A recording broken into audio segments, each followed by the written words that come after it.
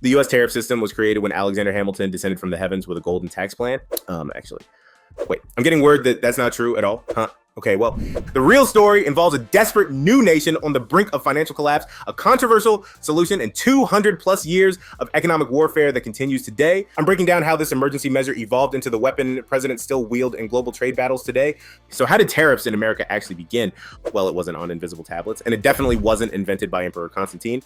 The story actually starts in 1789 when the United States was basically broke, different than it is now, but truly not really any different. The Revolutionary War had just drained the treasury, and the new federal government needed money fast. Enter Alexander Hamilton, the first Treasury Secretary, who wasn't actually descending from heaven, but was pretty clever with finances. Hamilton convinced Congress to pass the Tariff Act of 1789, which was literally the second bill ever signed by President Washington. This wasn't just about raising money, though. Hamilton had bigger plans. He wanted to protect America's infant industries from being crushed by more established British manufacturers. In his report on manufacturers, Hamilton argued that America needed to build its own industrial base rather than just remaining an agricultural economy dependent on imports. The tariff would make foreign goods more expensive, giving American-made products a fighting chance. But here's where it gets interesting. These tariffs weren't just a small tax. By the early 1800s, tariffs were providing up to 95% of the federal government's revenue. That's right, almost the entire government was funded by taxes on imported goods, and this wasn't without controversy. The North, with its growing manufacturing sector, loved the protection. The South, which exported agricultural products and imported manufactured goods, hated paying higher prices. This regional divide over tariffs would eventually become one of the tensions leading to the Civil War.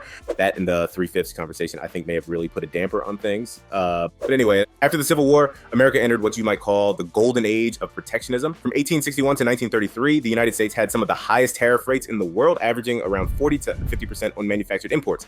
Why? That's a phenomenal question you're asking. Well, the Republican Party, which dominated politics during this period, strongly believed in what they called the American system. This was the idea that high tariffs would protect American industry, create high-paying jobs, and build a strong domestic economy. And to be fair, during this period of high tariffs, America transformed from a developing nation into the world's leading industrial power.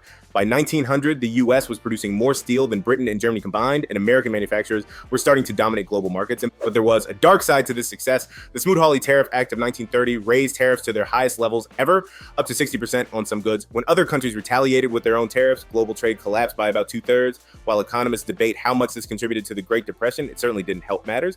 After World War II, America did a complete 180 on tariffs. Having seen how trade wars contributed to global instability, the U.S. led efforts to reduce tariffs worldwide through the General Agreement on Tariffs and Trade, GATT, in 1947, which later became the World Trade Organization. By the 1970s, the average U.S. tariff had fallen to around 5%, where it mostly remained. This shift coincided with America's rise as a global superpower in a period of unprecedented economic growth.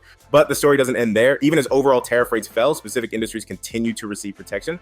In 1964, President Johnson imposed a 25% chicken tax on imported light trucks, originally to retaliate against European tariffs on American chicken exports. Bizarrely, this tariff still exists today, which is why you don't see many foreign-made pickup trucks on American roads. In the 1980s, when Japanese automakers were dominating the market, the U.S. negotiated voluntary export restraints with Japan, essentially quotas that limited how many cars they could sell to America. This wasn't technically a tariff, but it served the same protective purpose. And in 2002, President George W. Bush imposed temporary steel tariffs of up to 30% to help struggling American steelmakers. These were later ruled illegal by the WTO and withdrawn, showing how international trade rules had evolved to limit protectionism. Fast forward to 2018, when President Trump dramatically reversed decades of U.S. trade policy by imposing new tariffs on steel, aluminum, solar panels, washing machines, and eventually hundreds of billions of dollars worth of Chinese goods. Unlike previous targeted tariffs, these were broad and affected major U.S. allies as well as competitors. Stated goals were to reduce the trade deficit, bring manufacturing jobs back to America, and pressure China to change its trade practices. And how do these tariffs work in practice? Let's use an example. If you're importing watches from China at $10 each, a 20% tariff means you now pay $12 per watch. On an order of 15,000 watches, that's an extra $30,000 in cost. Companies face three choices: absorb the costs, hurting profits, pass them on to consumers, raising prices, or find alternative suppliers in countries not subject to tariffs. Many did the latter, shifting production to Vietnam or Mexico rather than bringing it back to the U.S. China and other countries retaliated with their own tariffs on American exports like soybeans, aircraft, and cars. American farmers were hit particularly hard, requiring billions in government subsidies to offset their losses. President Biden kept most of Trump's tariffs in place and even expanded some in 2024, doubling tariffs on Chinese steel and aluminum and tripling them on electric vehicle batteries. This suggests that regardless of party, tariffs have returned as a tool of American trade policy.